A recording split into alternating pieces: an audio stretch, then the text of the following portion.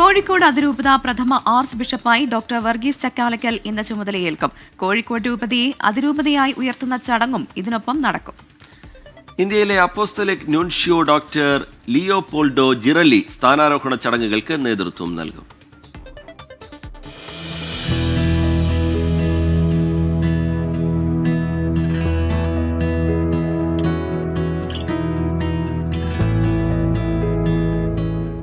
സൗമ്യൻ, എപ്പോഴും പുഞ്ചിരിച്ചുകൊണ്ടുള്ള മുഖം.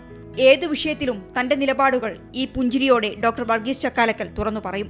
കോട്ടപ്പുറം അതിരൂപതയിലെ മാള പള്ളിപ്പുറം സെന്റ് ആന്റണീസ് ഇടവകയിൽ 1953 ഫെബ്രുവരി 7 ജനനം.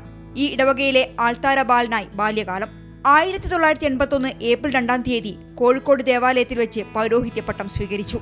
വൈദ്യശാസ്ത്രത്തിൽ ഉന്നത ബിരുദം, സാമ്പത്തിക ശാസ്ത്രത്തിൽ MA ബിരുദം. റോമിലെ ഉർബൻ സർവകലാശാലയിൽ നിന്ന് സഭാ നിയമം പഠിച്ച് ഡോക്ടറേറ്റ് നേടി. കണ്ണൂർ രൂപതയുടെ പ്രഥമ മെത്രാനായി പിന്നീട്.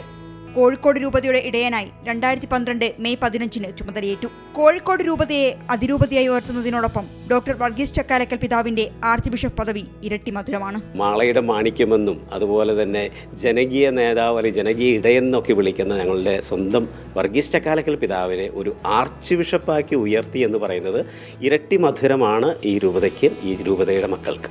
ഇക്കഴിഞ്ഞ വർഷങ്ങളിൽ കോഴിക്കോട് രൂപതയുടെ വളർച്ചയ്ക്കായി അദ്ദേഹം അക്ഷീണം പ്രയത്നിച്ചു. ദൈവത്തിൻ്റെ കയ്യൊപ്പുള്ള ഒരു വ്യക്തിത്വമാണ് വർഗീസ് പിതാവ്. അതായത് ശരിക്കും പറഞ്ഞാൽ പിതാവിൻ്റെ കൂടെ ഒരു കഴിഞ്ഞ 7-8 വർഷമായിട്ട് ഞാനുണ്ട്.